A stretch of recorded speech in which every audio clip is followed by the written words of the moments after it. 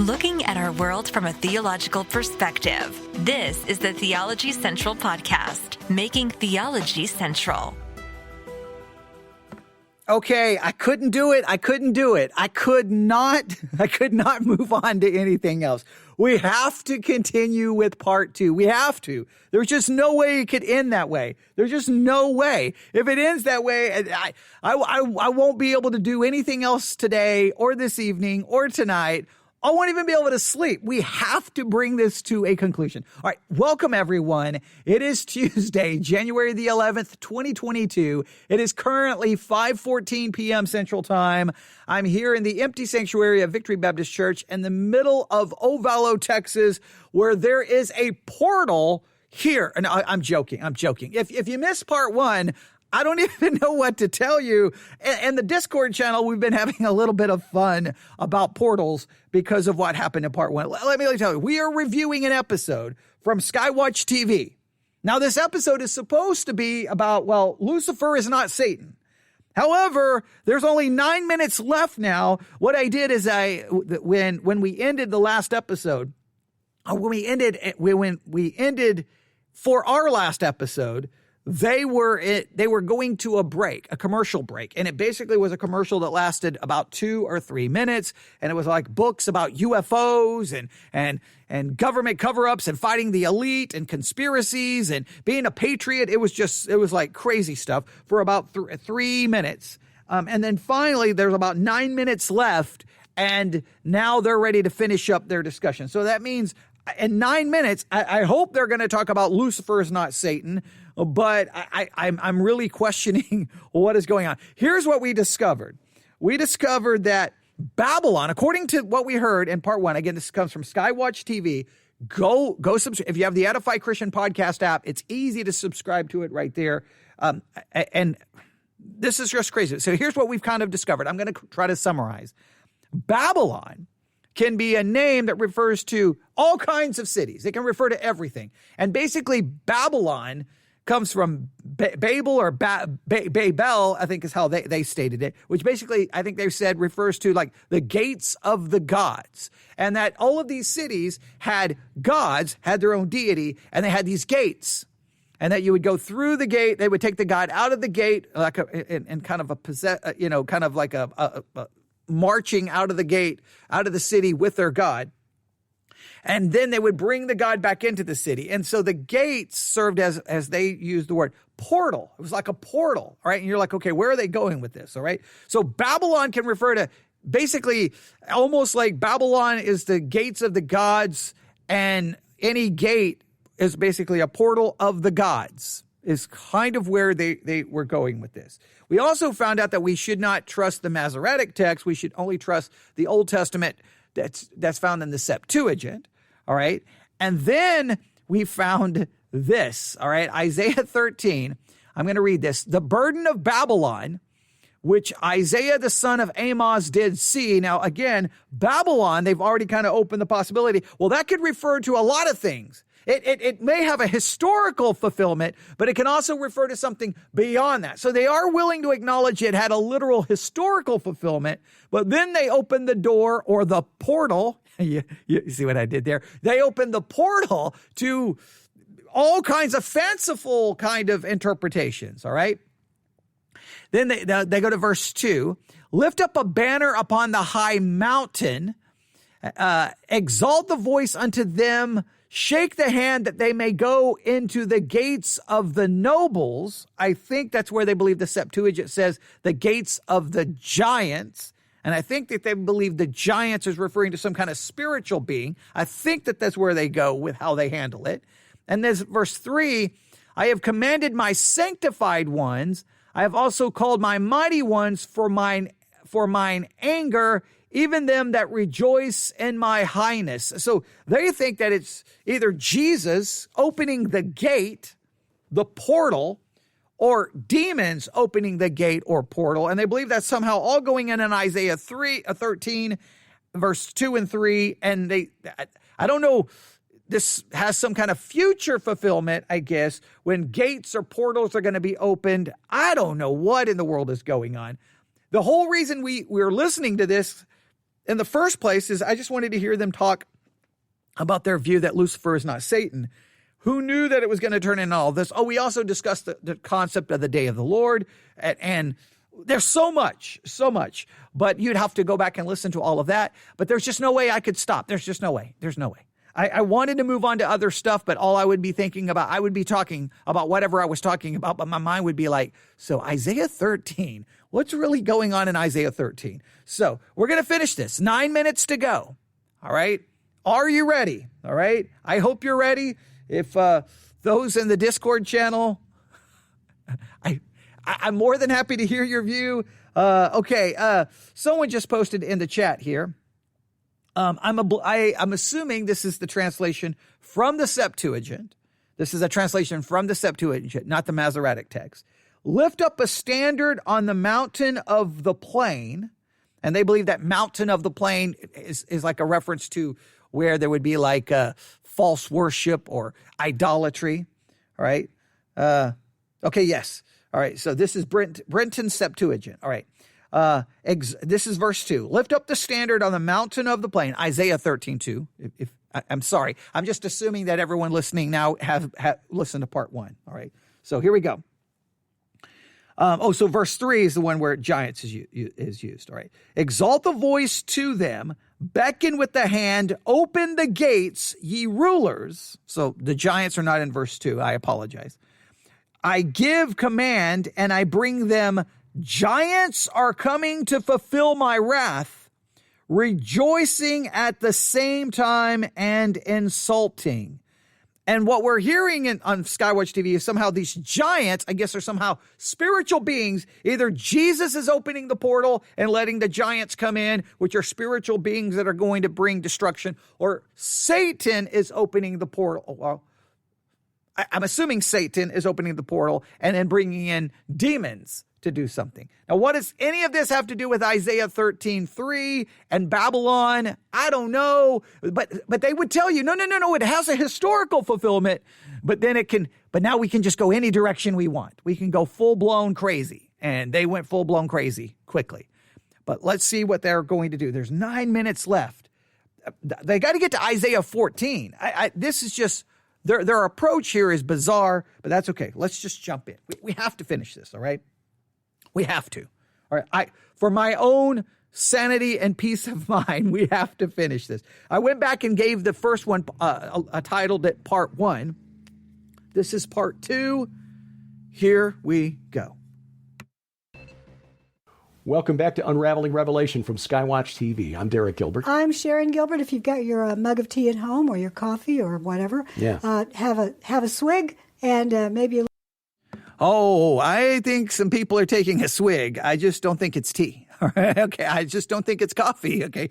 I don't know what it is. And I don't think it's the people at home that are taking swigs. Okay. I'm joking. Don't get offended. It's just, this has gotten so crazy that I'm willing to blame alcohol and not their hermeneutics. Okay. But so maybe I'm trying to be nice. I know it sounded like I'm being mean, but man alive. Maybe I need a stiff drink after that. I don't even drink, but maybe I need here in Abilene, Texas. I know it's Texas. We don't do things like other places. You can go to a place called the Eskimo Hut. You just pull in and you can get your drink to go. Okay.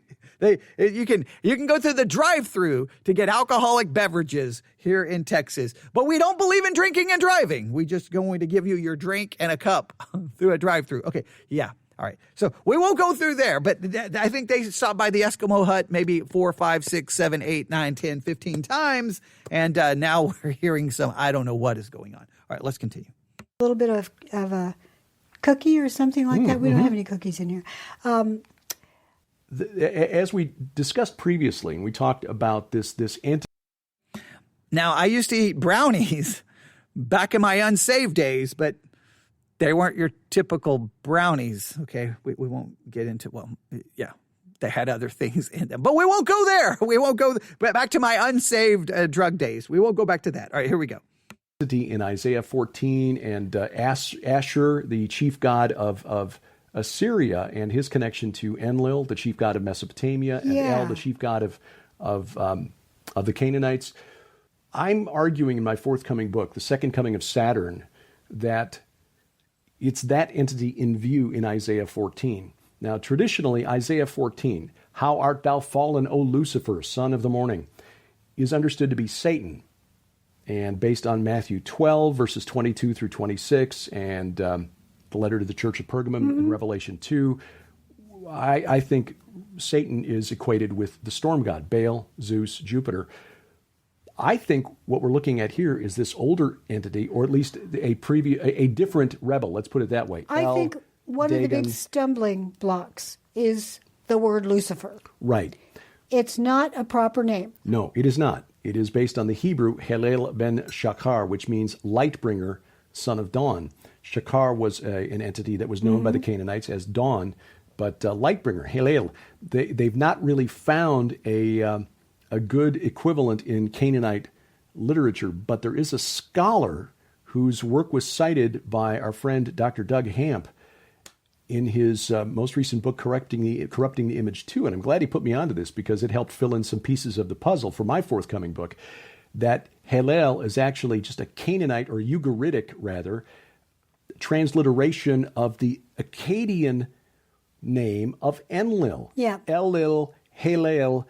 It's a technical linguistic argument. You have to be an expert in those languages to understand. You do, the way they substitute one phoneme for another. Right. But it fits. Yeah. It fits. Helel ben Shachar is more likely Enlil, in other words, El of the Canaanites, or Kronos of the Greeks, Saturn of the Romans. And when you look at the context of Isaiah 14, Sheol beneath is stirred up to meet you when you come. It rouses the shades, the Rephaim, to greet you, all who were leaders of the earth. It raises from their thrones all who were kings of the nations. These were the Nephilim, the mighty men who were of old, the men of renown. Yeah. And they are now. Oh, man. Okay. I'm trying to follow this. I am really trying to follow this. Just so that we know. Let's do this. All right.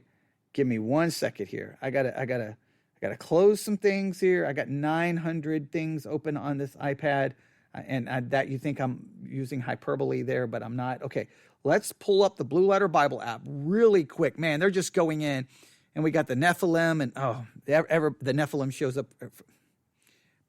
We'll get into that in a minute. I'll just at least give you a basic idea of where people are going. Okay, I'm going to go to I'm opening up the Blue Letter Bible app. I'm going to go to Old Testament. I'm going to go to Isaiah chapter 14, all right? And then, let's see, where does Lucifer found? What verse is that? And I used to have it right here in front of me. Isaiah 14. Which verse? Isaiah 14. Why can't I not find it? Let's see here. Oh, verse 12. Isaiah 14, verse 12. I should know that. Isaiah 14, 12. All right, here we go. I'm going to turn up the volume. O Lucifer, it is this Hebrew word. If I can get it to play. Here we go. Strong's H, 1966. Halel. Halel means light bearer, shining one, morning star.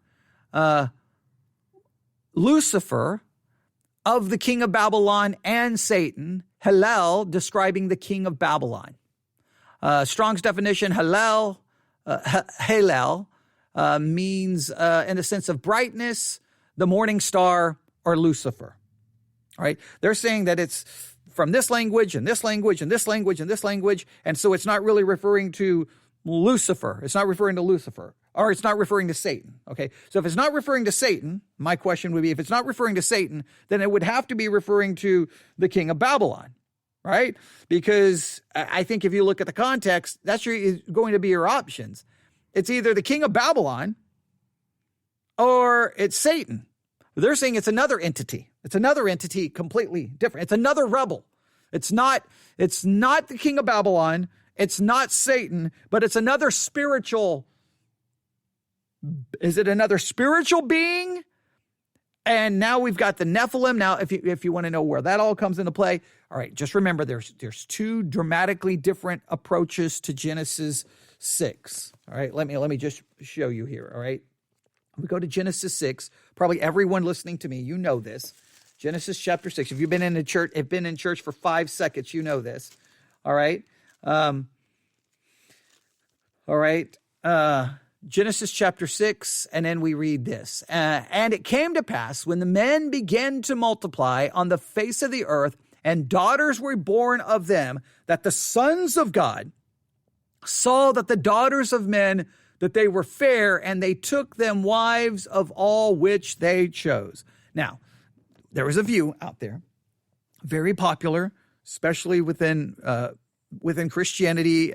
At least I can't speak for other countries, but at least here in the United States of America, I think every church I ever attended taught this view. And I think almost every, I think maybe other than one Bible college I attended did not teach this view. I think almost all the Bible colleges I attended teaches this view, at least. All right. And you probably know how this works. The sons of God are basically like fallen angels, right? And they go in and have relations with the daughters of men. The reason Satan has them do this, or the reason this occurs, is to corrupt the human line. If you corrupt humanity, where it's no longer truly human, it's now some kind of hybrid, part fallen angel, part human, right? Part angelic, part human. Well, then that would destroy the line, and then Jesus could not come to save humanity because the human line would be so corrupted. So this was a part of Satan's attempt to stop the coming of Christ. That seems to be kind of the way most people approach this. Now, others will say, no. If you go back to chapter 5, you have this genealogy here. You have this genealogy, and this genealogy is what we're having here is we have the godly line and the ungodly line. And what you have here is the sons of men are the sons of God are of the godly line. The daughters of men are the ungodly line. And this is basically believers and unbelievers marrying. That's all that's going on here in Genesis 6. It's not fallen angelic beings and the daughters of men. No. It's the sons of God and the daughters of men are simply, sons of God is referring to believers, and the daughters of men is simply referring to unbelievers. That is the other approach to the text. Now, nobody likes that approach because it seems kind of like, well, that's not really that exciting, and does that really explain everything that happens? And some people say, well, that wouldn't explain the flood. Why have a global flood? Why have a global flood if it's just the godly line marrying the ungodly line? But if angels are corrupting the human race, then you got to wipe out all of those people so that now the human line can be redeemed through Christ, who will take on flesh in the incarnation. So I definitely can understand the fallen angel concept here. And then when you get to the New Testament, you have angels that are kept in chains. They're like locked up. Well, what did they do? And most of the texts that mention them seems to somehow also be closely connected to, well, what happened in the flood. So, but the problem is everyone goes with that. And then the Nephilim, then they just have them showing up everywhere. And they use it for every kind of crazy conspiracy idea in the world. And I just think that if they were there, they were destroyed by the flood. And anytime that same concept seems to appear somewhere else, well, it can't be them because they were all destroyed in the flood.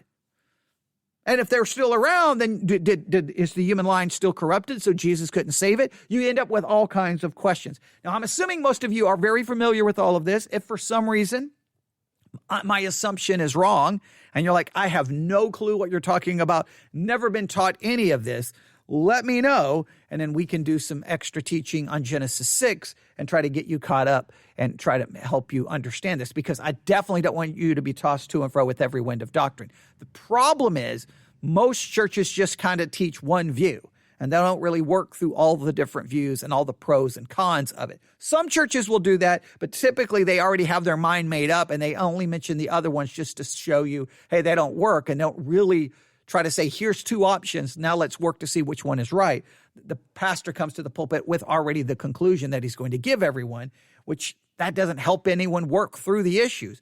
Come to the pulpit and say, hey, we're in Genesis 6. There's a lot of different views. Let's figure it out. And then don't work everyone through it to come to a conclusion, not just simply be there to give everyone your conclusion. That drives me crazy. But there you have it. So let's There's the Nephilim. So he's brought in the Nephilim. He's just stating all of this in a very dogmatic way. But I'm curious, who is this other rebel? Who is this other? Did he refer to them as Saturn? I think that's what he referred to them as. Who is this other rebel? Where did they come from? Are they a spiritual entity? And so it was a spiritual entity? Okay, let's see what's going on here. Now, welcoming the one who led the rebellion, Genesis 6, verses 1 through 4, that led to their creation, and saying, you too have become as weak as we. You have become like us. That's what Isaiah is saying here. Uh-huh. So I think that's who we're looking at here in Isaiah 14. And I know this is not going to be widely accepted. No, but let me ask you a question, because it's one that pops into my head. If Khalil bin Shakar is Enlil, Enlil is Shemiyaza. Right, the watcher chief who led the rebellion, yes. The Rephaim, the spirits of the giants, are not presently in Tartarus. No. Or in Hades. They are free to wreak havoc on the earth. So at what point in time, future time, does this take place that they are now in Hades? Now, I got to try to figure all this out. So Saturn, I guess is their name. They give him a different name. Was the one who led the rebellion in Genesis 6. But he wasn't. They're not judged. They're not destroyed. They're still free to roam the earth. Well, if they're still free to roam the earth, why wouldn't they just carry on the same strategy in corrupting the human line? Most everyone believes that whatever the angels, if the angels were involved in Genesis 6, that they're in chains. We read about angels being placed in chains, waiting for judgment. Who are those angels? We know Satan is roaming about the earth like a roaming lion, but those other angels seem to be locked up. So were they not locked up? And if they're not, well, then you could say, well, Satan is roaming around, so why doesn't he carry out that same strategy? That'd be a good question as well. So okay, I just don't know where does this other, where does this other entity just show up? Like, I don't know. I still don't know exactly, okay, Lucifer shouldn't be translated Lucifer. It should be translated light bearer or whatever. And so therefore it's not Satan. It's this other individual. But how in the world did you just throw in the other individual? I don't know where the other individual, I'm not quite sure I even follow how we ended up there. That is some weird, craziness that really needs further explanation. Let's see. They've only got 6 minutes. Clearly they're hurrying because they spent so much time in Isaiah 13. I've made those same kinds of mistakes. The difference between them and me is, I'm assuming this airs on radio and television. I'm assuming. And so this is why they're limited by the time constraint where I can just go as long as I want. But yeah. All right, let's see where they go here. Well, that's a good question. And I was reading a commentary by Dr. Michael Heiser on the book of Enoch, because in Enoch, several chapters in Enoch, first Enoch chapters 18 and 21, we see descriptions of mountains, burning mountains in a place. And specifically, first Enoch 18, it's the angels who commingled with women. In fact, I managed to remember to bring that up here. Enoch says, writes, I came and saw a place that was burning night and day, where there were 7 mountains of precious stones, 3 lying to the east and 3 to the south. And beyond these mountains is a place, the edge of the great earth. There the heavens come to an end. And I saw a great chasm among pillars of heavenly fire. And I saw in it pillars of fire descending, and they were immeasurable toward the depth and toward the height. This is a description, according to Dr. Heiser, most likely of Tartarus, of what in the Greek mind would be Tartarus. And Uriel, the archangel who had charge over Tartarus, said to me, there stand the angels who mingled with the women. Okay, now we're in the book of Enoch. What in the world is going on? Okay, now, I did find who I think they're referring to here. This is the rebel watcher chief, and I'm going to spell it for you. Shemihazah,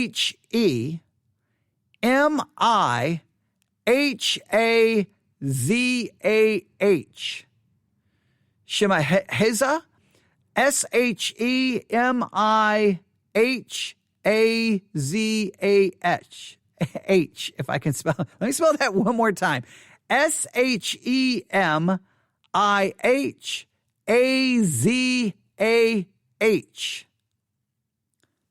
Shemihazah. Shemihazah, maybe. Shemihizah, and better known to us as Saturn. That is supposedly who is being referred to in Isaiah 14. They've not really given us any explanation to why this is who it is. I don't really understand it. And now we're in the book of Enoch. I am completely baffled here. Let's continue.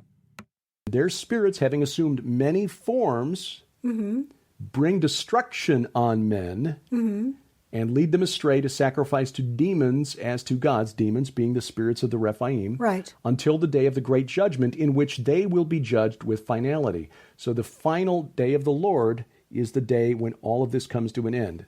According to Enoch, the demons are allowed to wander the earth, tormenting humanity until the judgment. That's what I assumed the answer would be, that this is after the day of the Lord, when he's one of the last ones to be thrown back down there.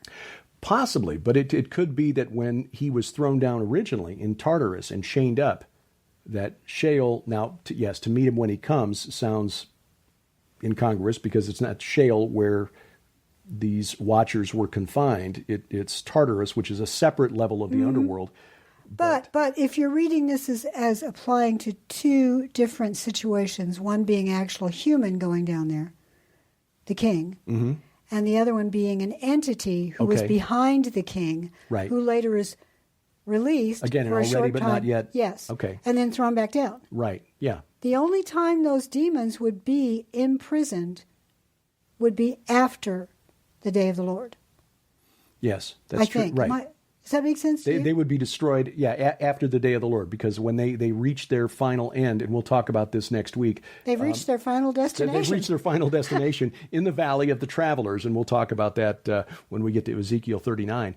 But there are other clues in Isaiah 14, and we've kind of discussed this. I mean, he's referred to as the king of Babylon, but it's the king of Babel, the king of the God Gate. Yes, the one who thinks he controls all of these portals. Right. And in Revelation 9, of course, he is described as, and this is the other tease for the forthcoming book, I'm arguing that this entity, Shemihazah, is the one called Abaddon or Apollyon in Revelation 9. He is the king over those things that come out of the abyss. Mm-hmm. Now, if that... Okay, so Shemihazah, I guess is how you say it, Shemihazah. I am so trying to follow their logic here. So, and again, to say that the king of Babylon in Isaiah 14 is somehow being referenced, or that Shemihazah, I guess, is being referenced in Revelation, and they're drawing the correlation that Shemihazah is being referenced in Isaiah 14, and then he's referred to in Isaiah and the book or so. Shemihazah is being referenced in Isaiah 14, and then he's talked about in Isaiah, or not, I'm sorry. Shemihazah is being referred to in Isaiah 14 and also being referred to in the book of Revelation. That's a big assumption because he's not even yet really proven here anything other than Isaiah 14 is clearly referring to the king of Babylon, and then we think possibly it goes beyond the king of Babylon to possibly referring to Satan. But they're like, no, it's not Satan, it's Shemihazah. And in Isaiah 14:12 says, "How art thou fallen from heaven, O Lucifer, son of the morning? How art thou cut down to the ground, which didst weaken the nations? For thou hast said in thine heart, I will ascend in the heaven. I will exalt my throne above the stars of God. I will sit upon the mount of the congregation and the sides of the north. I will ascend above the heights of the clouds. I will be like the Most High." Now, clearly, there's a reference here to the king of Babylon, who is arrogant and conceited and who will be brought down. If it goes beyond that, I don't know how it's Shemihazah or however he's saying the name, Saturn, and then somehow that entity had something to do with the one leading the charge of corrupting the human line in Genesis 6. I mean, this is, and then he reads from Enoch. I mean, this is not even really hermeneutics. This is not even really Bible study. This is just one crazy throw out assumption after another with no, I don't even know what system of hermeneutics is even being utilized here. I don't even know what this is. And there's only 2 minutes left. I'm assuming in the next episode. Now, Skywatch has already released a number of other episodes I just saw on my Edify Christian podcast app. Let's see here.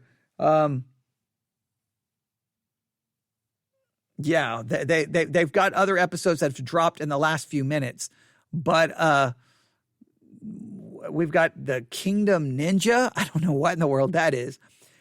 We've got other things so they're dropping other things. I don't see anything that would be the continuation of this. I'll have to see if there's a continuation of this, because this is just, I don't know. I don't know what this is. All right, so I'm sitting here looking at the Edify Christian podcast app of all the new things that have dropped over the last few minutes. All right, let's finish what they have here. It's making your head explode. Don't worry about it. Because it will make your head explode when you first hear that idea. But Derek's not the only one who thinks that. He makes a really, really good case in the book. So if you read the book when it finally is published this fall, and your head still wants to explode at the end of it, great. I mean, that happens. That's the beauty of all of this study, is as you're watching this and as you're studying with your friends and your family, you may or may not agree with the things that we say.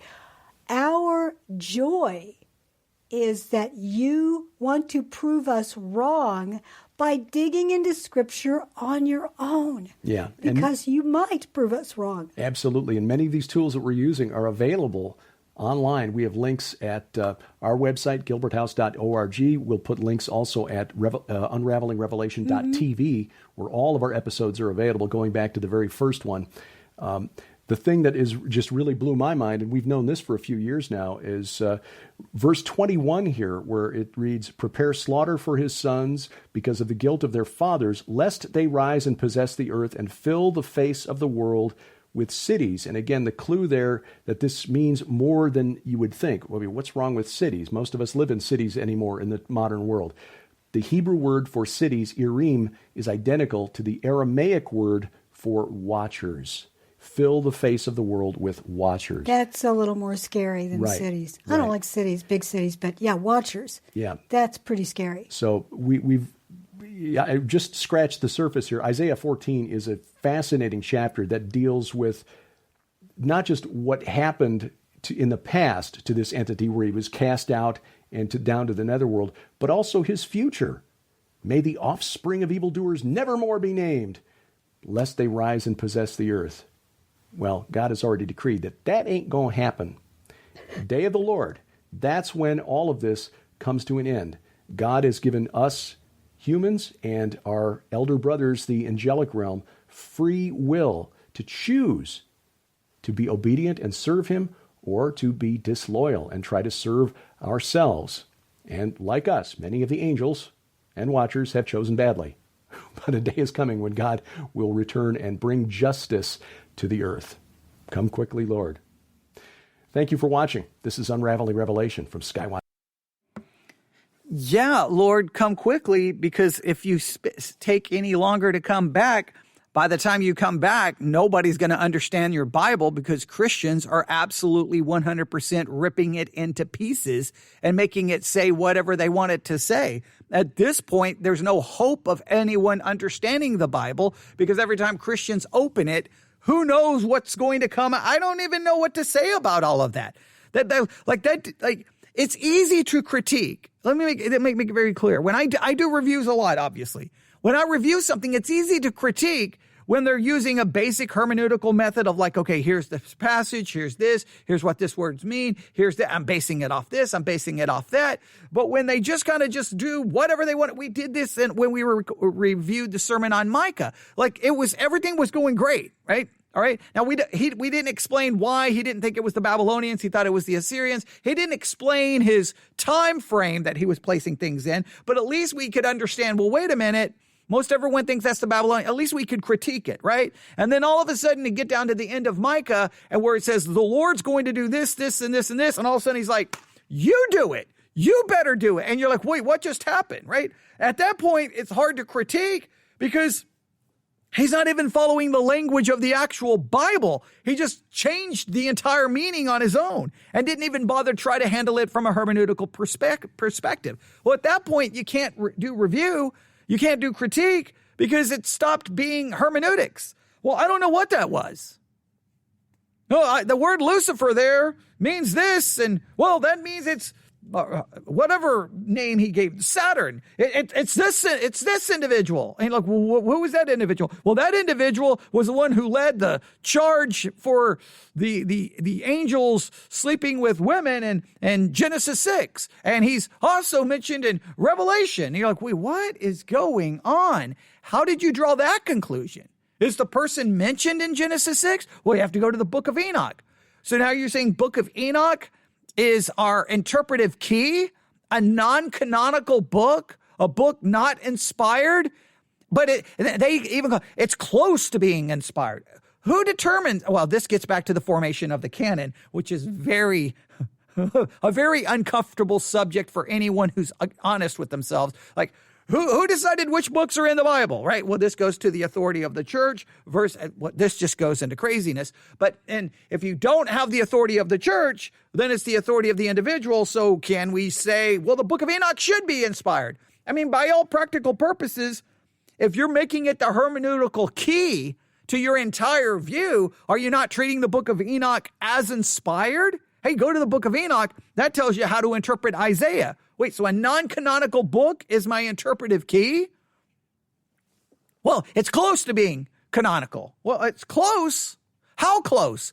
50% close? 70% close? 80% close? 90% close? There's a lot of prophetic kind of ministries that are so big on the book of Enoch, book of Enoch, book of Enoch, book of Enoch, book of Enoch. In fact, I think they care more about the book of Enoch than they actually do the books in our Bible.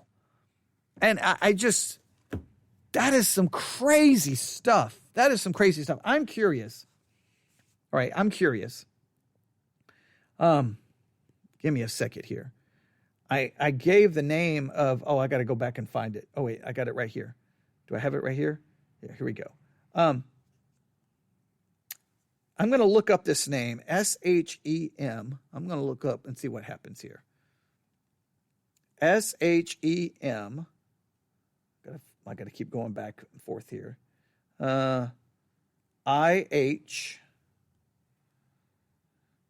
Give me a second. I know this is not, I think here's right here. Is that him? Make sure I spelled it right. H-A-Z-A-H. I think that's it. Now, what is this?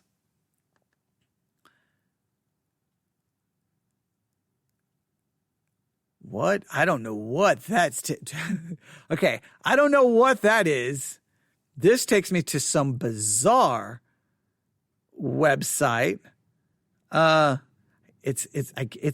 They refer to this as a female demon. I don't know what in the world this is. Okay, I'm gonna get out of that website. That just looks like I just, put 900 viruses on my iPad.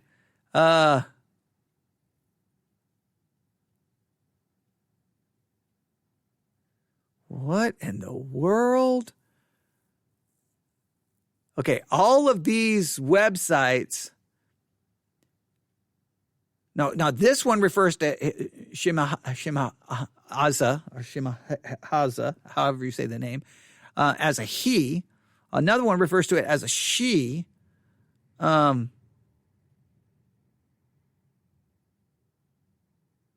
Okay, so this it appears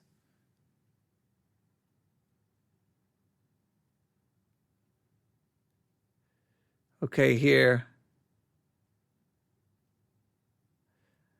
Okay, Shemaaza, Shemahaza. I don't know exactly the correct way of saying it. Originally an angel featuring in Judaic lore, specifically in the book of Enoch. And his story, another site said she, which I came upon last month, has been lingering with me. Hopefully you will see why. Once in an era not long before the great flood, God sent some 200 angels down to earth to be humanity's keepers. They were tasked with guarding and guiding the lost and hopeless men, for he was prone to all kinds of wickedness and was preyed on by it thusly. These 200 angels became the Grigori, the guardians of mankind.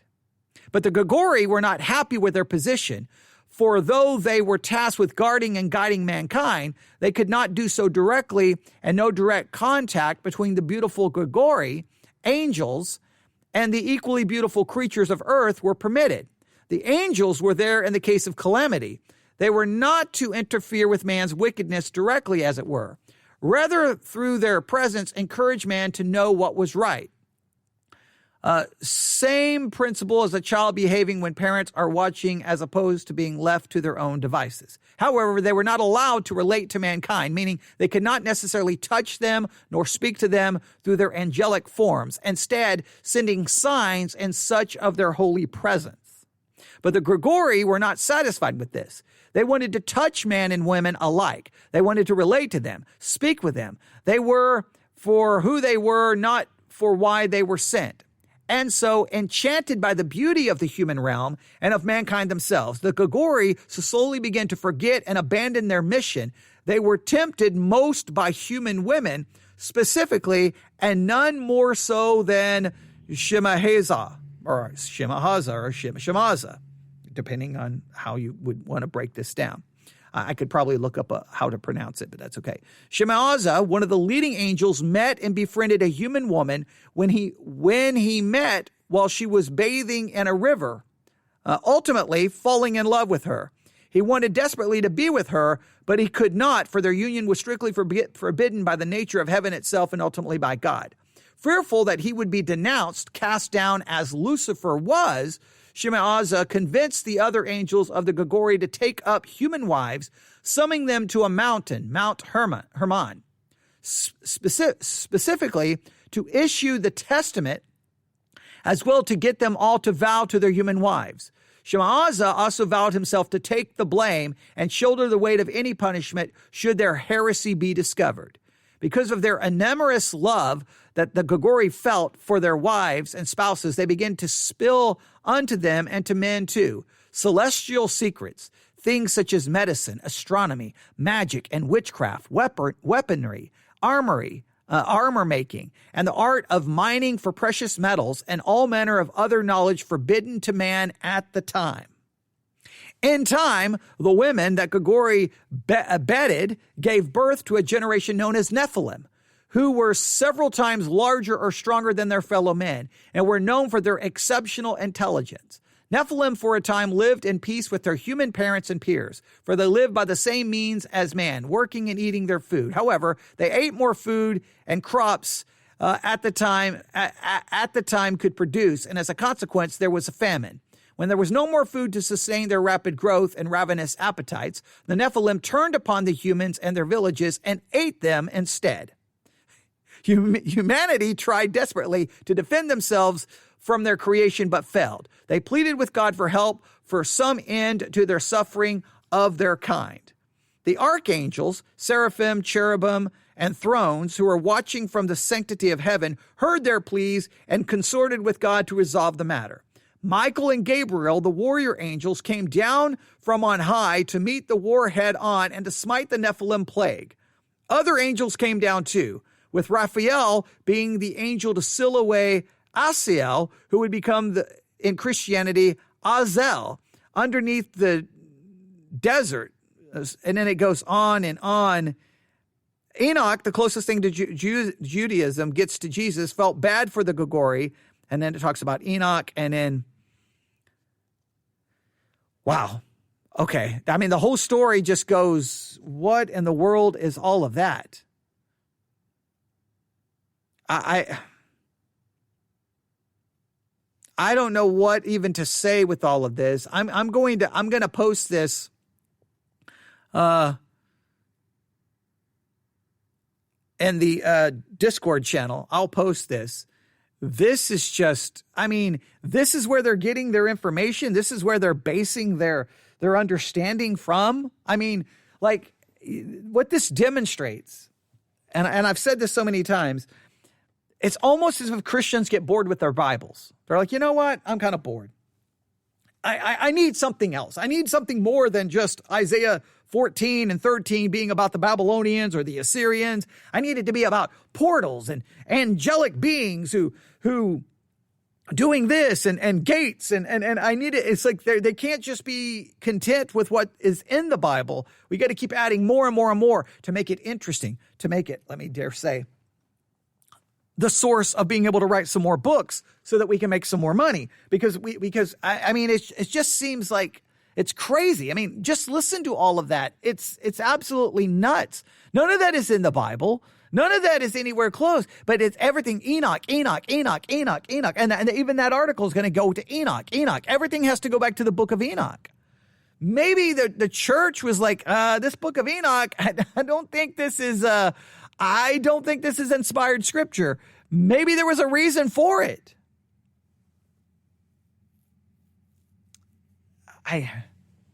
That is just crazy stuff. And again, my thing, even if you take into account all of this stuff, right? All right, let's say all of this somehow takes place before Genesis, leading up to Genesis 6 or right at the beginning of Genesis 6. Still, the flood would wipe out, obviously, all the human descendants, wipe out the Nephilim and all of that, would wipe all of that out. That would be the purpose of it.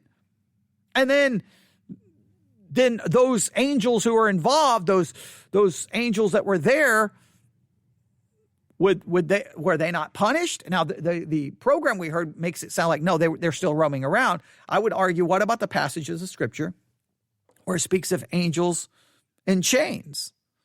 Not before Revelation. Those spirits who are in prison. There seems to be spirits in prison, angels in chains. Well, who are they? Well, that would make sense that if they were involved in Genesis 6, then they were locked up. And then God obviously has not allowed anything like that to ever happen again. Now, why did he allow it to happen in the first place? I mean, this gets all back to God's sovereignty and how he uses Satan and what he does with, I mean, we could go all day into all of that. Just, there's so many questions there that are philosophically unsatisfying.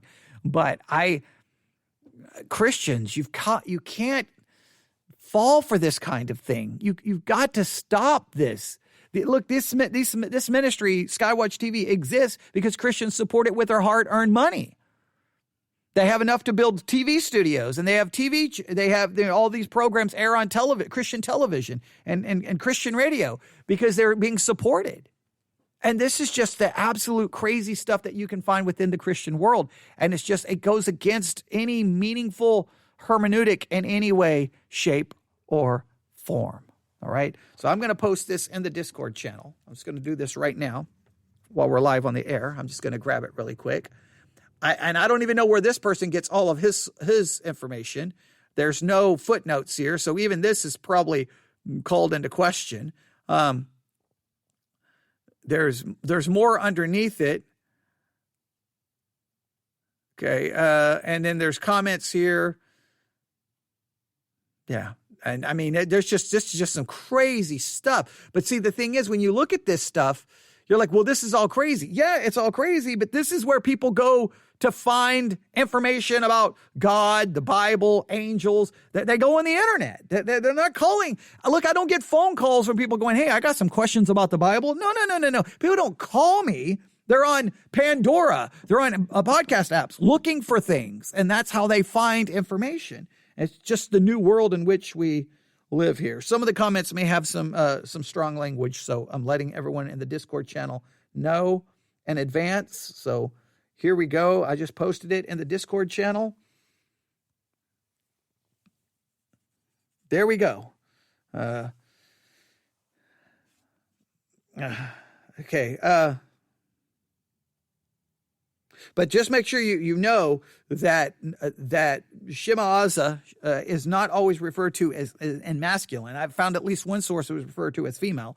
So I mean, like you're getting into pure speculation. You're getting into legends and myths, and it's basically like Greek mythology. We can't bring that kind of thing into the Bible, or it just undermines the authority of Scripture. It really does. And it just, man, the book of Enoch, constant. So many. I hear that so frequently. All right, I'm going to have to stop there. This is not what I plan to do today, but that's what happens. One of the things I love about doing a podcast and being able to, that I'm not restricted by how many episodes I do, is I do love the fact that whenever I hear something, I see something, that I can turn it on and share it with all of you, and then we can talk about it and struggle with it. And I can warn you about what's out there, right? And so that you know what's going on, because you'll run into people thinking these things, struggling with these things. And it's not something, we don't want to mock the people who stumble upon this. I may mock some of the craziness that we just heard, but I don't want to mock anyone who stumbles upon it and they're out there struggling, trying to figure out, because in their mind, they're like, hey, this is cool. Is this part of the Bible? And you're like, well, no, not exactly. Okay, maybe we need to stop and take a couple of steps back. And okay, so if you really want to learn the Bible, let's learn some skills on how to study the Bible, and maybe take a step away from some of this crazy stuff. But yeah, there you have it. All right, I think I'll stop right there. I will definitely be here a long time tomorrow. I apologize for not getting to everything we needed to today, but there you go. And wow, what a crazy afternoon. There you have it. I can't really address their claims about Lucifer because they didn't really do anything to justify their claim, prove their claim. They just assign that Lucifer is referencing this person. I guess I would have to look in the book of Enoch, maybe mentioned specifically in the book of Enoch, and saying that that's who is being referred to here, and just arbitrarily just assigning it. That's not how.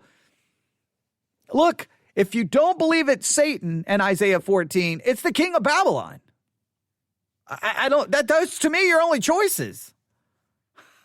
Those are your choices. I don't know how you get around that, but okay. I understand the constant debate of, well, that's not Satan, so we shouldn't tell the story that Satan was in heaven and then fell, because that's actually a reference to the king of Babylon saying he would ascend to heaven. But then you got the passage in Ezekiel. I understand all of those debates. That's what I thought we were going to get into, but it went straight craziness. And well, hopefully now you're aware of the craziness, and you're a little bit, I can't say you're better prepared to deal with it, but at least because you don't really need to be prepared with that, other than they gave you no textual, hermeneutical, Bible explanation to why you should change your view about Isaiah 14.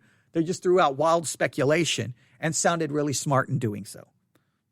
That is what you have to learn not to be manipulated by. All right, I'm going to stop right there. I wanted to do more, but I'm going to stop. All right, everyone, have a good evening. Thanks for listening. Everyone have a great night. God bless.